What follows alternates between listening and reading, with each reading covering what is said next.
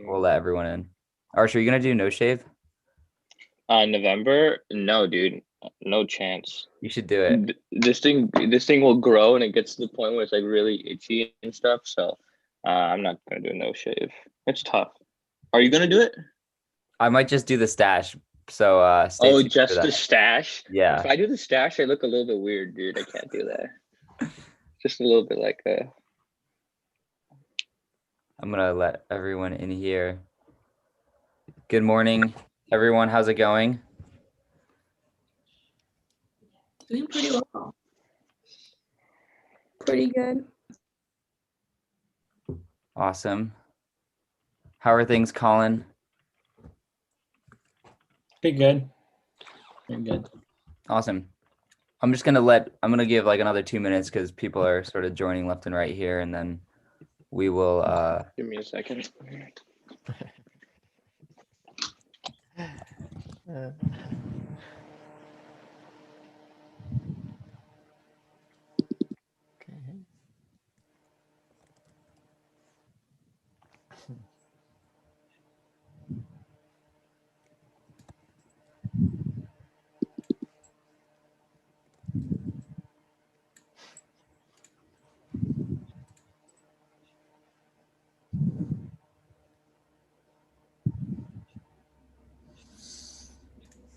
Oops.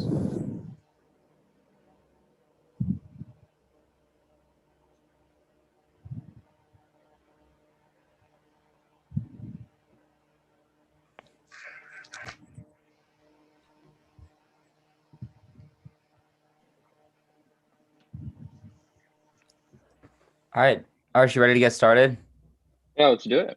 Awesome. So welcome everyone who's on the Zoom. Welcome everyone who is on the YouTube. Really excited for this Q&A with Arsh. Arsh, I'll let you give yourself more of an intro, but quick background. Arsh has spent time as a hardware engineer at Google and Verily, and now also helped to kick off this Xoogler School gap year program. So huge thanks to Arsh for putting in a bunch of time to get this program started and develop it. But with that, why don't you give yourself a quick background so we can sort of frame the conversation and then we'll get started. Yeah. Thanks, James. Good morning, everybody. Or wherever you guys are from. But yeah, so I did my undergrad at UC San Diego in electrical engineering. And I was kind of, looking for internships and everything. I ended up at Broadcom just in the regular seasonal cycle, where I had a really cool manager, and he kind of just let me like expose me to completely different parts of the organization. I could walk into different buildings and just talk to different people. Became super interested in hardware engineering. It's not that common. Everybody was going to computer science, and I kind of drifted the other way. And from there, I started doing more research at school in electrical and in hardware engineering. Ended up at Google. So the first summer, I was on the living room hardware team, so working on some future sensors for Google Home, before like the first Google Home came out, and that was, really exciting because the industry had never seen or just been introduced to something as cool as Google Home, or as I would say invasive as Google Home. And then the second summer, which was a little bit different, was I was at Verily, which is the life science division at Alphabet, which I worked on the liftware device. I don't know if James, I think I mentioned it to you.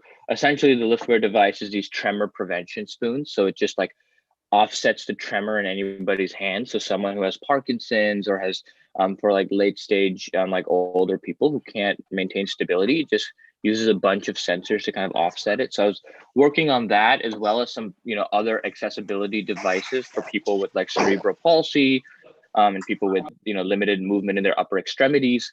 Um, so I was being really exposed to just a bunch of different stuff on the hardware side, but also on kind of the product side.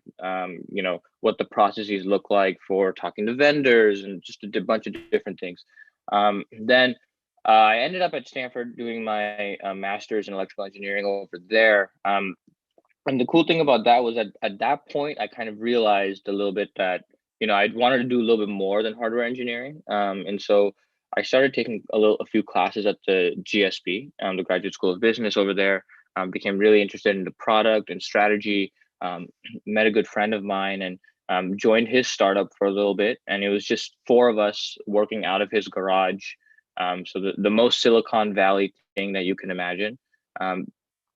Literally, you see this in movies and TV shows, and that's where I just was doing everything with 4 people.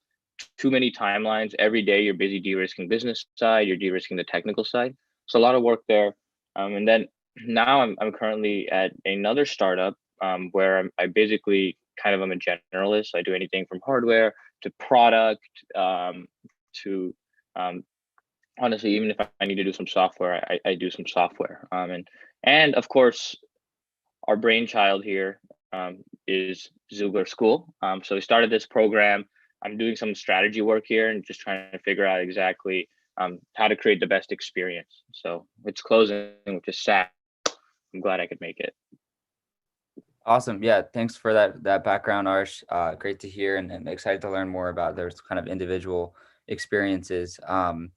Just to sort of jump in a little bit further here, can you talk about your life sort of at Google, like how that was getting onboarded as like a hardware engineer, what that process was like, and then sort of what you came away from that process with?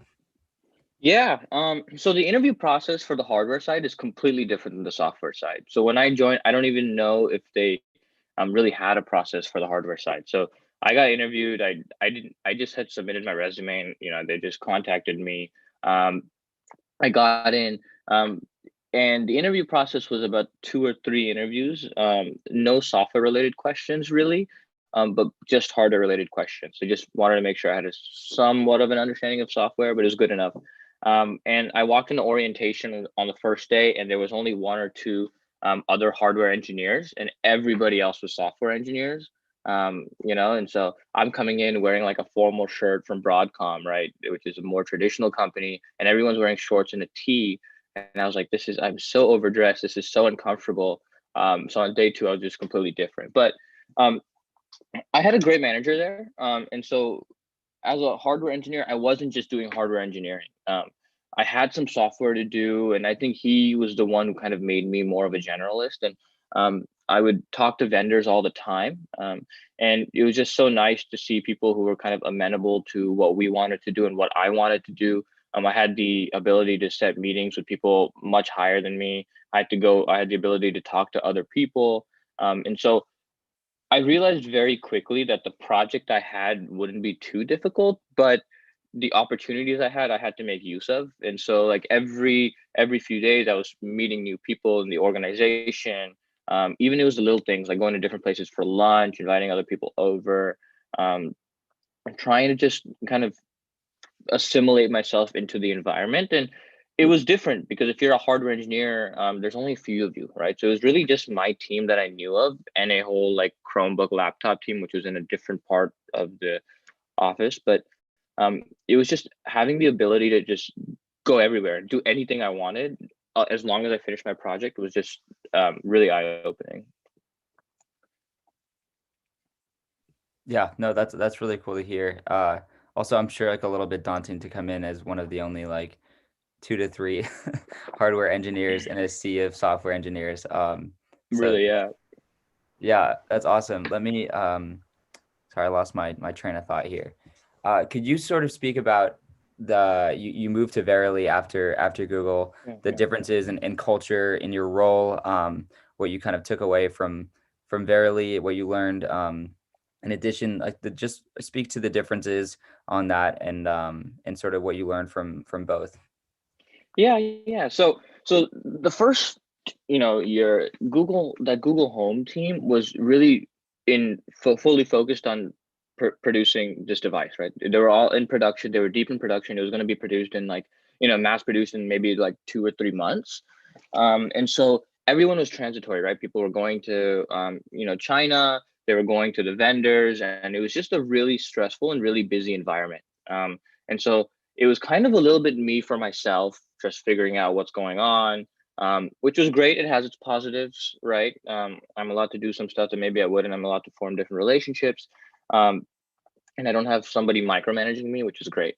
At Verily, when I transitioned to this Liftware Labs team, and the great thing about Liftware Labs team was it was one of the early consumer products that Verily had purchased. And so there was this team of like maybe 6 or 8 people who created this device, and their electrical engineer had left. So I was the only electrical engineer on the team. So I had, a lot of responsibility in terms of, making sure that the current device that's on the market is actually, doing its intended job. So we had some devices come back, I had to fix that. So I was really the lead person there. So I wasn't really treated, like a low level engineer, but I was treated like a mid to senior level engineer because I was the only hardware engineer in that team. The other advantage of Verily was that there was many other hardware engineers there. And so I remember meeting someone who had worked on some of the early Google hardware products. And I also got exposed to Google X. So I got some chance to meet people there and work on, a project with them, which was wonderful. In terms of the differences from a cultural point of view, I think Google, obviously the Verily building is in South San Francisco and it's kind of its own building, and it was just being formed. So it had just been formed when we were there. And so they had like one cafe and, not as many micro kitchens. And also like we did have, the Google tags. Everybody had a Google email address. Everybody could go to Google. We had access to all of that. So the difference in terms of the culture wasn't too much as it is now. Now the difference is maybe a little bit more. But I think the most important thing to remember there was Verily at that time was probably more R&D focused. And so as compared to my previous team. So it's just a different mindset. Yeah, no, absolutely. And I want to sort of ask one final question before I pass it off to Regina. And that's just generally like if students listening are interested in getting into hardware, it seems like a daunting field to just sort of be able to enter and without focusing on your undergrad or your grad student on that. So how would you recommend students that are interested in sort of getting involved in hardware sort of start that process of learning? Is it sort of getting involved in a smaller company that has time to train you, or is it getting just like, how do you take those first steps in your opinion? Yeah. I mean, if you're in school, I recommend trying to do research in that field. So like I was looking for research. I walked into a lab that just creates boards, right? Creates hardware boards, any motherboard, anything that you want to create. And they create that. It's just 2 people that created themselves. I walked in and became super interested. And that's kind of how I started getting exposed to this, because a lot of this is not taught in classes. No one really teaches PCB design.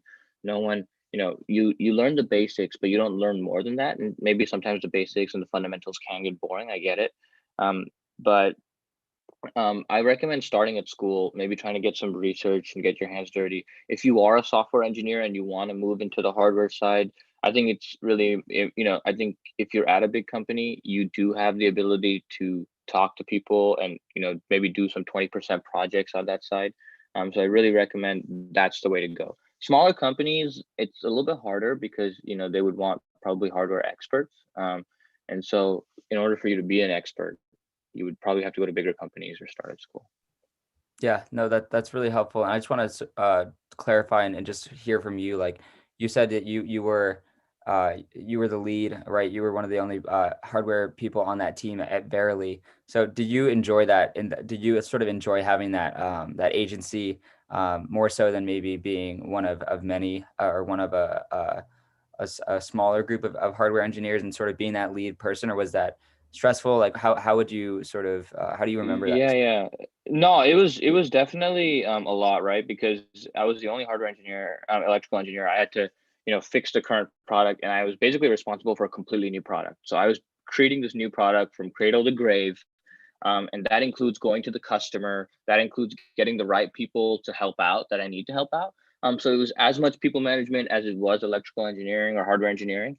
And so it was, I think the opportunity that at that time I was naive and didn't really know how great it was. But now that I look back and do some, introspection, I think just, being more strict with the processes and being more technical focused really helps in the long run. Awesome. Yeah, thanks so much, Arsh. I think as we're around the midpoint here, I do want to allow Regina to take over. Regina's a Xoogler School student, and we'll follow up with a few more questions. Thanks, Arsh. Thanks, James. Okay, so Arsh, I wanted to ask a question about something you mentioned earlier in like your intro. So like you said, a lot of people prefer CS over hardware engineering. So how did you get into hardware engineering, and then like what made you want to stick with it? Yeah, I think this through high school. In high school, I took computer science classes. I really wasn't as good as I probably should have been. Wasn't still interested in it, but I wanted to do a little bit more. So I kind of signed up for electrical engineering. And then in my first internship at Broadcom, I had a really cool manager who I just, maybe like two offices down or two rooms down, they were working on some really cool hardware stuff. And I was just kind of working on software. So they were working on cool hardware stuff. And I said, hey, what is that? I'm really interested in it. And he was so nice. He literally, basically let that guy manage me for a little bit and just expose me to some of Broadcom's core hardware insights and processes. And so that's kind of how I started getting into it, which was like super cool. He gave me access that interns usually don't get access to, in terms of being able to design your own boards. And we were designing some future boards. And for me to actually touch some of the things that were produced was just like awesome, right? Because I didn't expect that. And maybe it was just the excitement of that, and also just asking that question like, hey, I'm interested, and just going into that field was really what got me interested. Thank you. And then this is also like a follow-up to that. So when you were making that transition to hardware to software where you are right now, did you encounter any specific challenges or advantages, like given your background? Yeah, I think it helps being a hardware engineer in general, because you have to remember that most software is written on hardware. All software is written on hardware. So like just having an understanding and coming from a different point of view, right? And understanding the limitations of what you're actually putting on the table really helps. And so in meetings, when I come in as a hardware guy, I have a natural understanding of exactly what we can do and what we cannot do. And so coming from a different angle when everybody else is maybe computer science and I'm coming from hardware, really helps in these conversations and saves time, frankly. Right, yeah, like having that advantage, I think would be really helpful in your role right now. So then another question, how did you leverage your background in engineering and tech to succeed at like what you currently do at your current startup? Yeah, I think that, as I said, currently I do basically, a lot of different things and wear many hats. I used my hardware engineering and electrical engineering as like a platform to really do what I wanted, right? So this is my core technology, my core expertise, right? This is what I'm really good at, it's my value prop. And so I started here in hardware engineering, and then I wanted to move out. So because it was a small company, because it is a small company, I am afforded the ability to ask questions, to ask for bigger roles, and also do other things. So I still, own some part of what we're working on, and then I kind of make sure I touch as many other parts as possible, right? And so I still have something that people can rely on me for, but I'm also learning different parts, and that actually helps me come up with the high level understanding of what the company is doing, where the company intends to go, and then ask strategic questions and take strategic roles within the company. And I think that's really important, is not just being siloed into exactly where you are, but also not being afraid to ask the big questions and seeing the bigger picture and figuring out where else you want to go. Yeah, that makes sense. Like a lot of speakers have emphasized exploring different roles, like once you do have the job that like you desire. So like given you were saying, asking a lot of questions, do you have a few soft skills or strengths that feel or that make you feel fitting for the position that you do right now? Yeah, I think one of the soft skills that I have that I really like is being able to understand like the employee morale, I would say, and where the culture is strong and where the culture is weak. When you're a really small company, maybe about 11, 12 people, it's not always roses, right? Sometimes there's a lot of stressful situations. You're on pressure to deliver, and sometimes employee morale can be lower. Sometimes employee morale can be higher.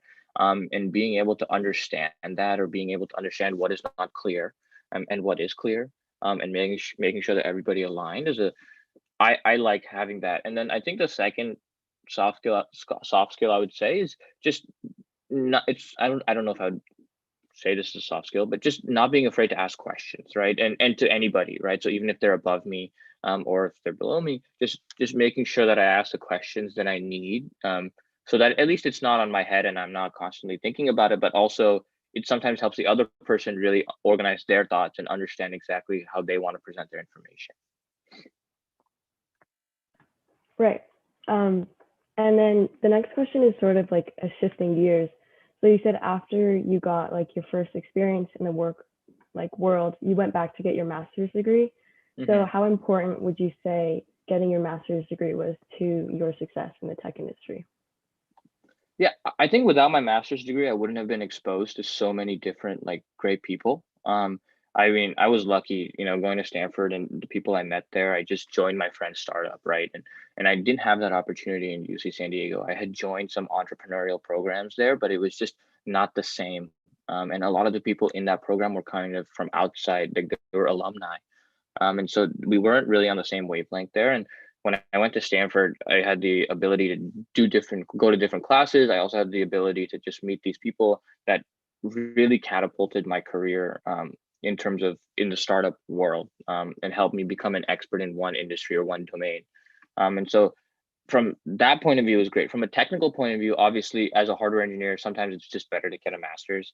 Um, and really helped me understand, like, I was so for it. I was like, yo, I'm gonna do this, then I went to my master's, and I was like, maybe I don't want to completely do this. I want to actually dip my feet in other things. Just open my eyes. Got it. Okay, thank you. And then another question. So a lot of Xoogler students, as you know, like are on gap years.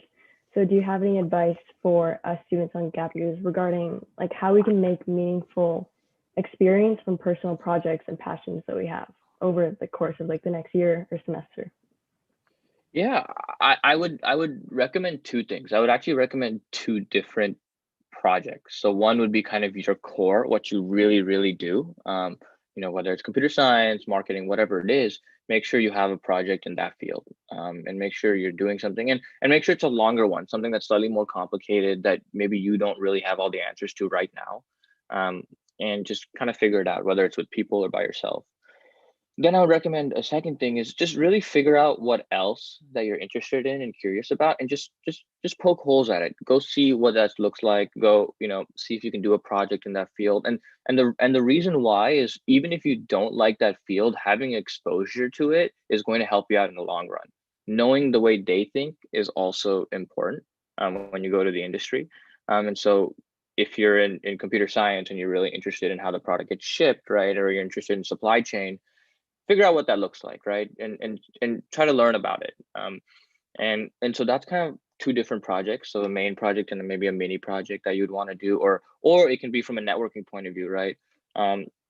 Really talk to people who are kind of in maybe a second,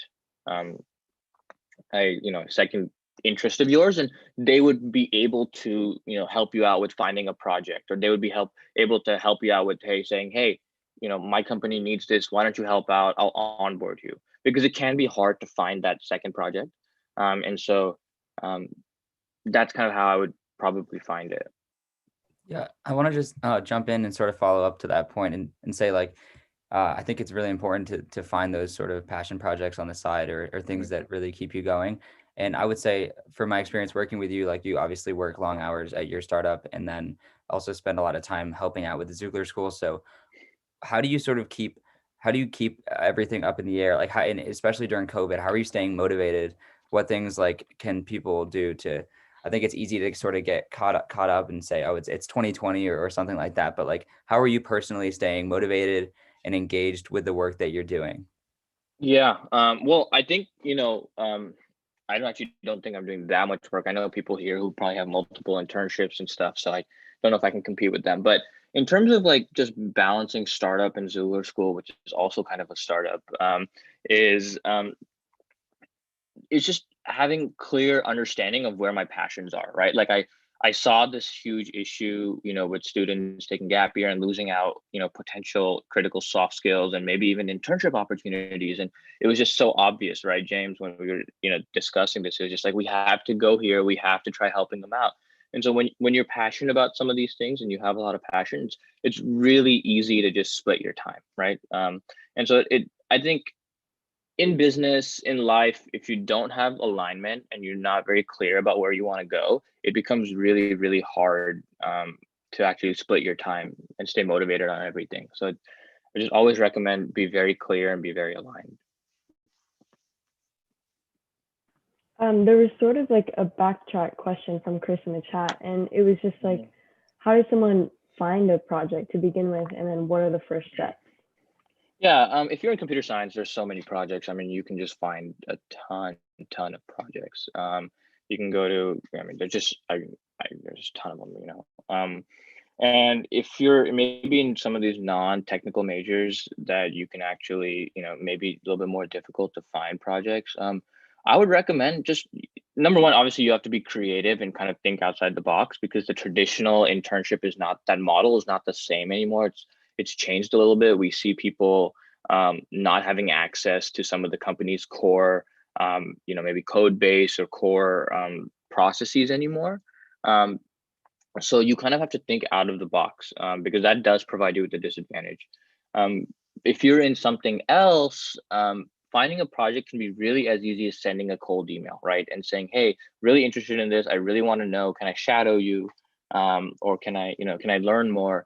And a lot of times, especially right now, people are responsive. And so, they would give you an understanding, or they would point you to the right direction. And again, it all comes down to networking and, just talking to different people, and they should help you find it. So yeah. You said like reaching out to someone to shadow them. Would you recommend like someone at a big company that has sort of more structure, or like a smaller company or startup where you'll have more freedom? It can be anybody, right? Anybody that helps. As long as you get your foot through the door, you'll have more opportunities available to you.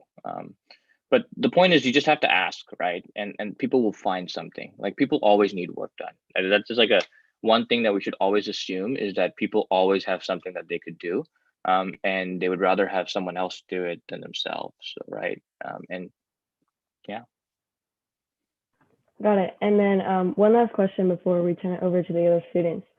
So as you expanded your role, you became more of a generalist. So can you explain to us like how you made that transition, like how it went? Yeah.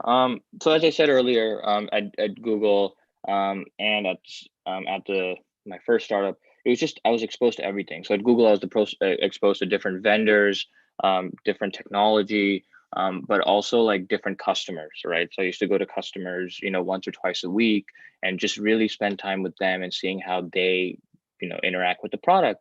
So I was already interested in now, what's happening in terms of our supply, what's happening in terms of our, customers and what they think about the product. So I wasn't no longer just like one, siloed, as I keep on saying, but I was now working on different things. Then I went to the startup, and it just became that was just amplified by 1,000, because it was 4 people, as I said, and every day you're working on something else, and things that are like not even completely electrical engineering. Sometimes it's mechanical, sometimes it's just some other business related stuff, right? Sometimes it's all customer related stuff. And so at that point, that was really interesting to me, because it was so dynamic, right? Like, it was just every day is different. Like, it was no 2 days were the same. And again, whenever they needed anything in the hardware side, I would be the one, but I would always have to venture out and do other things as well. And so being a domain expert really helped me become the generalist that I am today, and being able to work on different things.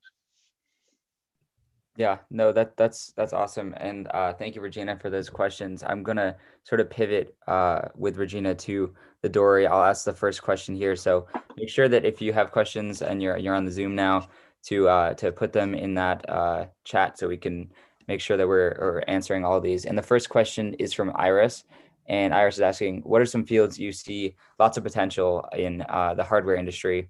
What are your views on the future of autonomous vehicles? Wow, pointed question. So I think IoT is a really good space to be in. And people always hear these stats. We'll have a few billion devices by 2020 or whatever. But IoT is a great space to be in, even if you're a software engineer or a hardware engineer, because what's happening now is every single device is going to be slowly moved to the edge, and you're going to need to be able to produce software at the edge, deploy software at the edge, and so I think the IoT space is a great space to be in. We see it, right, from smart fitness mirrors to smart mugs to everything else. So that transition is already happening. In terms of obviously people love self-driving cars, and that's a great space to be in as well. I think in terms of the future of self-driving cars, I'm going to avoid giving a direct answer, but I think what we see is we see people realizing how hard it is to really produce a fully autonomous vehicle. And you should think about the value proposition of every single company in terms of what Tesla offers that Waymo doesn't offer, what Uber offers that these other two don't offer, and see what the angles are, because there's a regulatory aspect to this, there's a technology aspect to this, there's a huge data aspect to this, right? And who's going to be a winner in every single one of these, and whoever you think it is, whichever area you're interested in, I would go to that company and see if you can work there. So yeah. Cool. And then our next question from the Dory is from Rosie. So Mhm. she just finished her first year at college as an electrical engineering and computer science major, but she's struggling to find opportunities for internships on the hardware side for underclassmen. So how can she get a project experience or find an internship while at home? That's a good question. I would really recommend doing some sort of board design work. So sometimes I know that when I was younger, I used to go to Hacker News all the time, and they used to have a bunch of small projects on the hardware side. So you're working on a Raspberry Pi essentially, and closing your blinds or deciding, having a smart alarm clock. And so these types of just having a Raspberry Pi or an Arduino with you allows you to do a lot of other projects. And again, as I said, be creative with it. And so I would really recommend, as I said, doing something on the board design side, because now you have free software like EagleCAD, and you can get Altium trials. But then you also have a Raspberry Pi, which allows you to do a little bit more like IoT based stuff. And so now you're covering two things, right? You're covering software a little bit, you're covering some embedded systems work, and you're doing some hardware work. So 3 things. Awesome. Yeah. And I'm going to go to the next Dory question here, but also say, if you want to ask a question on the Zoom, just raise your hand on the Zoom, and then we can take questions directly to Arsh as well. So before we do that, I'll ask this question, which is, what things do you do outside your classes, and your homework at UCSD that sort of prepped you for getting a job and real experience? Because most of us are in college right now, trying to figure out. So what types of extracurriculars? How did you find positions? How did you sort of leverage that time? Yeah. Well, I was in person, so I did a lot of research. I found a professor that I really liked. I really liked his class, and I just tried to do research. So I picked up one research at the end of my 4 years, and then I picked up one in the middle. And the research was basically remote. When I think about it, I didn't really show up to the lab. I could do it at home, which was great. It's great news for everybody here. And then I would say the second thing I did in terms of is really dominate the career fairs. I kind of just figured out exactly, and I don't want to say dominate, meaning that's not a good thing. That's a little bit pompous, but as in I really figured out the cadence of the career fairs after the first couple, and I just really realized the tendencies of people, because sometimes these people are the same, right? They come every single quarter, and so the first quarter I was able to get their email addresses and their business cards, stay in contact with them, keep them interested.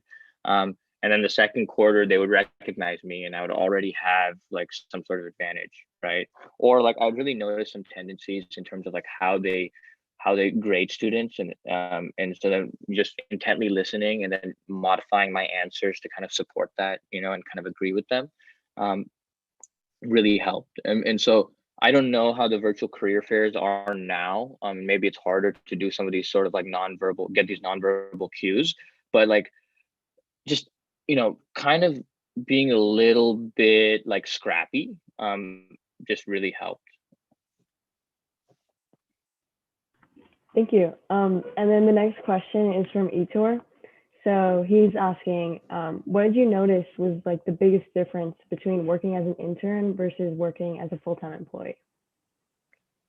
I think working as a intern, sometimes your projects are quite straightforward. Like they're not too difficult. And even if they are, you have the right people to help you out, right? And you can find people and they're willing to help you out because you're an intern. As a full-time employee, it's just, you have so much more on your plate, right? Every day, there's just so many things to do. At some point, I had to tell myself, like, there's no way I can finish everything in one day. And slowly, like, organize my time better. As an intern, you have one fixed project, you have a deadline, you just have to finish it by then. As a full-time employee, you have multiple, right? And you have multiple deadlines that are way closer. And you just have to figure out which ones to delay. You have to figure out which ones to prioritize and which ones to deprioritize. And that can be really stressful because you can work as many hours in a day and there's just not enough. And so how do you prioritize would probably be the biggest change. Awesome. Thank you. I do sort of want to ask, you've moved from hardware roles into software, and then now at your startup, it seems like you're picking up a lot of different responsibilities across the board. So are you getting like experience in product management, and how is that experience for you? Is it something that you're enjoying, like picking up more of tasks across the board? Like, can you speak to that as someone who hasn't been in product management before? Yeah. No, I do a little bit of product. So, I think, what's interesting from me is like I'm coming to add product from a electrical engineering point of view versus a software point of view. And also like product at a smaller company is slightly different than product at a bigger company. When we think about it here at our smaller company, it's really more customer focused. We do more customer interviews, and instead of building out maybe one feature or a few features, we're building out an entire product. And so this, it's you're not just doing product, but you're also kind of triaging what needs to get done when. So you're almost doing a little bit of people managing as well in the process. And I've enjoyed that process just because I come from a different angle, and really understanding some of the hardware helps me become a better product manager. And then also understanding some of the software, right? Again, as I always say, have an expertise that you're good in, and then branch out to whatever you want to do, because you can always refer back to that. Again, that's what I continue doing. And again, I use my customer intuition to kind of fuel what I do as a product manager, and also fuel what I do as a hardware engineer. Thanks, Arsh. That's helpful to hear. Thank you. And then we have another question here. So how did you deal with the language barrier when talking to manufacturers in China? Yeah, I actually didn't get too much of a chance to talk to them, so I didn't really have to deal with language barriers with them. One thing I did have a chance to talk to was a lot of the vendors, and there wasn't a language barrier at Google because they tended to be very amenable to our requests, and they were really open because obviously we're Google, and so at that point in time, anything I needed, they would tell me. They would show me their roadmaps, and that was great. And I could tell them, oh, I wanted this, I didn't want this. When I went to the startup, that conversation is way different because you don't have a PO, right?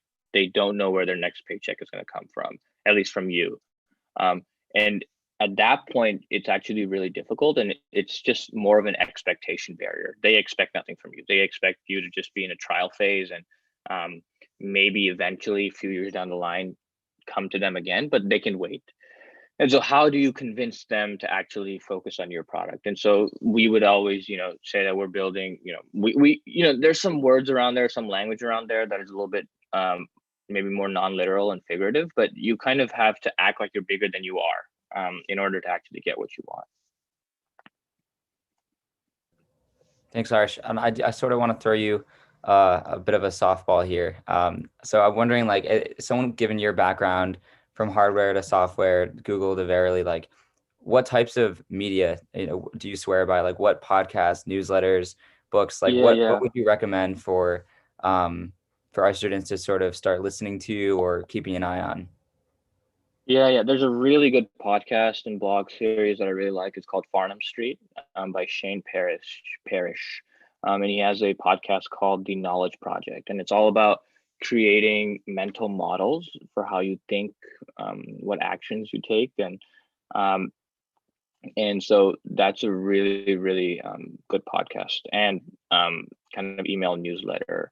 In terms of the kind of, general news, I love reading Morning Brew. If anybody likes reading Morning Brew, they have so many different types of brew, tech brew, et cetera, et cetera. So that's a great series. In terms of books, I recommend everybody read, like, 0 to 1 from Peter Thiel.